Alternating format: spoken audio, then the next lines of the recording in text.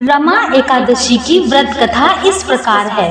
धर्मराज युधिष्ठिर कहने लगे, हे भगवान, कार्तिक कृष्ण एकादशी का क्या नाम है, इसकी विधि क्या है, इसके करने से क्या फल मिलता है, आप यह सब मुझे विस्तार पूर्वक बताइए। इस पर भगवान श्री कृष्ण बोले कि कार्तिक कृष्ण पक्ष की एकादशी का नाम रमा एकादशी है। यह बड़े बड़े पापों का नाश करने वाली है। इसका महात्मा मैं तुमको सुनाता हूँ, ध्यान पूर्वक सुनो। हे राजन, प्राचीन काल में मुचुकंद नाम का एक राजा था। उसकी इंद्र के साथ मित्रता थी और साथ ही यम, कुबेर, वरुण और विभीषण भी उसके मित्र थे। यह राजा बड़ा धर्मात्मा और विष्णु भक्त और न्याय के साथ राज्य करता था। उस राजा की एक कन्या थी जिसका नाम चंद्रभागा था। उस कन्या का विवाह चंद्रसेन के पुत्र शोभन के साथ हुआ था। एक समय वह शोभन ससुराल आया। उन्हीं दिनों जल्द ही पुण्यदायी एकादशी यानी रमा एकादशी भी आने वाली थी। जब व्रत का दिन समीप आ गया तो चंद्रभागा के मन में अत्यंत सोच उत्पन्न हुआ कि मेरे पति अत्यंत दुर्बल हैं और मेरे पति की आज्ञा अति कठोर है। दसवीं को राजा ने ढोल बजवाकर सारे राज्य में यह घोषणा करवा दी कि एकादशी को भोजन नहीं करना चाहिए। ढोल की घोषणा सुनते ही शोभन को अत्यंत चिंता हुई और अपनी पत्नी से कहा, हे प्रिय, अब क्या करना चाहिए? मैं किसी प्रकार की भूख सहन नहीं कर सकता। ऐसा उपाय बताओ कि जिससे मेरे प्राण बच सके, अन्यथा मेरे प्राण अवश्य निकल जाएंगे। चंद्रभागा कहने लगी, हे स्वामी, मेरे पिता के राज्य में एकादशी के दिन कोई भी भोजन नहीं करता। हाथी, घोड़ा, ऊंट, बिल्ली, गौ आदि भी तृण, अन्न, जल आदि ग्रहण नहीं कर सकते। फिर मनुष्य का तो क्या ही कहना। यदि आप भोजन करना चाहते हैं तो किसी दूसरे स्थान पर चले जाएं, क्योंकि यदि आप यही रहना चाहते हैं तो आपको अवश्य व्रत करना पड़ेगा। ऐसा सुनकर शोभन कहने लगा, हे प्रिय, मैं अवश्य व्रत करूंगा, जो भाग्य में होगा वह देखा जाएगा। इस विचार से शोभन ने व्रत रखा और वह भूखा व प्यासा रहने लगा और काफी देर भूख प्यास के बाद वह अत्यंत पीड़ित होने लगा।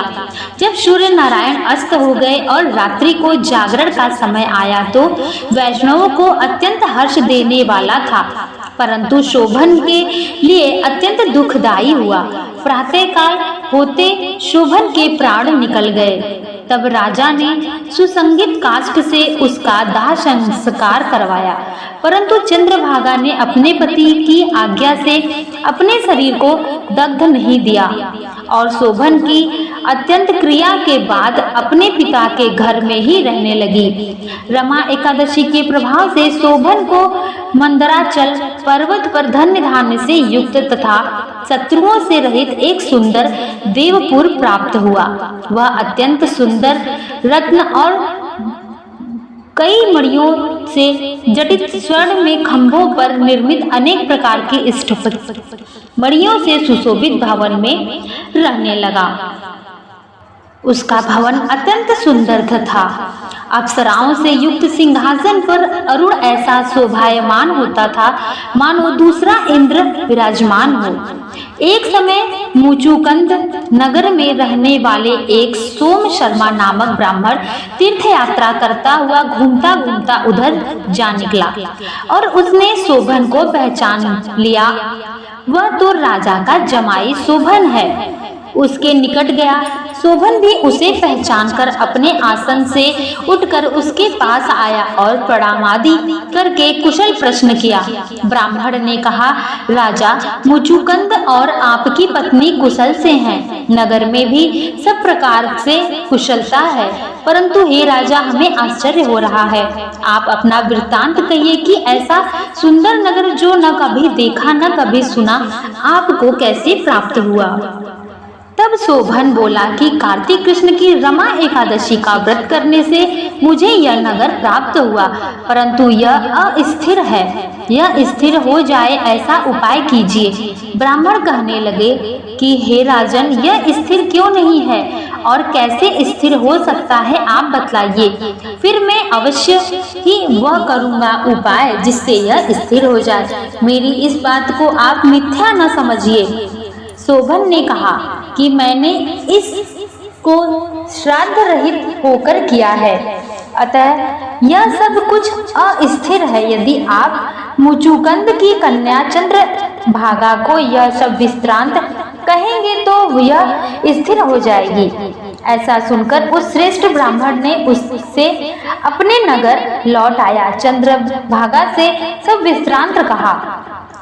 ब्राह्मण की वचन सुनकर चंद्रभागा बड़ी प्रसन्न हुई और ब्राह्मण से बोली, हे ब्राह्मण, यह सब बातें आपने प्रत्यक्ष देखी हैं या स्वप्न की बातें कर रहे हैं? ब्राह्मण कहने लगा, हे पुत्री, मैंने महावन में तुम्हारे पति को प्रत्यक्ष देखा है, साथ ही किसी से विजय न हो ऐसा देवताओं के नगर के समान।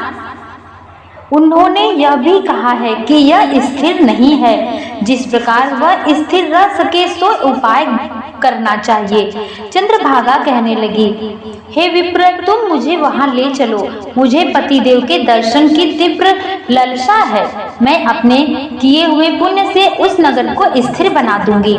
आप ऐसा कार्य कीजिए जिससे उनका हमारा संयोग हो, क्योंकि वियोग को मिला देना महापुण्य है। सोम शर्मा यह बात सुनकर चंद्रभागा को लेकर मंदराचल पर्वत के समीप वामदेव ऋषि के आश्रम पर गए। वामदेव जी ने सारी बातें सुनकर वेद मंत्रों के उच्चारण से चंद्रभागा का अभिषेक कर दिया। तब ऋषि के मंत्र के प्रभाव और एकादशी के व्रत से चंद्रभागा का शरीर दिव्य हो गया और वह दिव्य गति को प्राप्त हुई। इसके बाद बड़ी प्रसन्नता के साथ अपने पति के निकट गई। अपनी प्रिय पत्नी को आते देखकर शोभन अति प्रसन्न हुआ और उसे बुलाकर अपनी बाईं तरफ बिठा लिया। चंद्रभागा कहने लगी, हे प्राणनाथ, आप मेरे पुण्य को ग्रहण कीजिए। अपने पिता के घर जब मैं 8 वर्ष की थी तब से विधि पूर्वक एकादशी व्रत को श्रद्धा पूर्वक करती आ रही हूँ। इस पुण्य के प्रताप से आपका यह नगर स्थिर हो जाएगा तथा समस्त कर्मों से युक्त होकर प्रलय के अंत तक रहेगा। इस प्रकार चंद्रभागा के दिव्य आभूषणों और वस्त्रों से सुसज्जित होकर अपने पति के साथ आनंद पूर्वक रहने लगी। हे राजन, यह मैंने रमा एकादशी का महात्म कहा है। जो मनुष्य इस व्रत को करते हैं उनके ब्रह्म हत्यादि पाप छूट जाते हैं, नष्ट हो जाते हैं। कृष्ण पक्ष और शुक्ल पक्ष दोनों एकादशियां समान हैं। इसमें भेदभाव नहीं करना चाहिए, दोनों समान फल देने वाली हैं। जो मनुष्य इस महात्मा को पढ़ते हैं अथवा सुनते हैं वे समस्त पापों से छूटकर विष्णु लोक को प्राप्त होते हैं। इस प्रकार विष्णु भगवान ने धर्मराज युधिष्ठिर को समस्त रमा एकादशी की कथा सुनाई। तो कथा सुनने के बाद सभी भक्तजन भगवान विष्णु की जयकारा लगाइए। बोलिए भगवान विष्णु की जय, माता लक्ष्मी की जय।